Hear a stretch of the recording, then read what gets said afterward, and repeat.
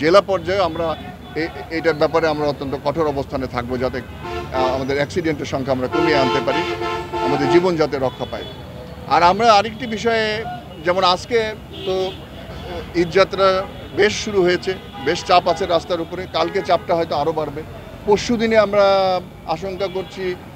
আশা করছি যে গার্মেন্টস শ্রমিকরা, আমাদের এই অঞ্চল তো শিল্প অধ্যুষিত অঞ্চল, অনেক শিল্প প্রতিষ্ঠান রয়েছে, বিশেষ করে গার্মেন্টস শ্রমিক এবং কর্মীরা কিন্তু বেশিরভাগ অংশ পরশু দিন, হয়তো শনিবারে আমরা যতদূর খবর পেয়েছি তারা যাত্রা করবে। সেই দিনে আমাদের রাস্তার উপরে সর্বাধিক চাপ থাকে।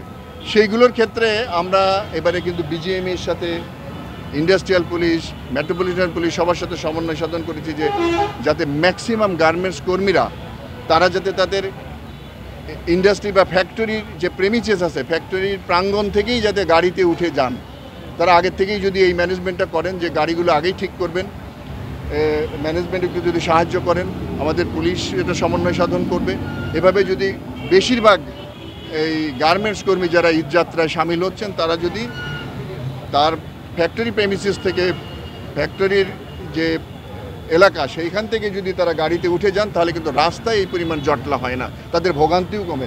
রাস্তায় যে দীর্ঘ সময় তারা গাড়ি খুঁজতে হয়, দেখতে হয়, জটের মধ্যে একটা ভোগান্তির মধ্যে থাকতে হয়, সেটা কিন্তু কমে আসবে।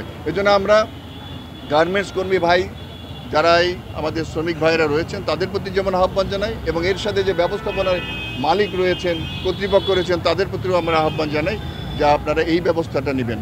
সেটা আশা করি এবারে আমরা আমাদের হয়তো ভোগান্তি একটু কমবে, বিশেষ করে গার্মেন্টস কর্মীদের। এভাবে আমরা নানামুখী ব্যবস্থা নিয়েছি এবং আশা করি যে একটি স্বাচ্ছন্দ্যময় নিরাপদ ঈদযাত্রা আমরা এবারও নিশ্চিত করতে সক্ষম হব।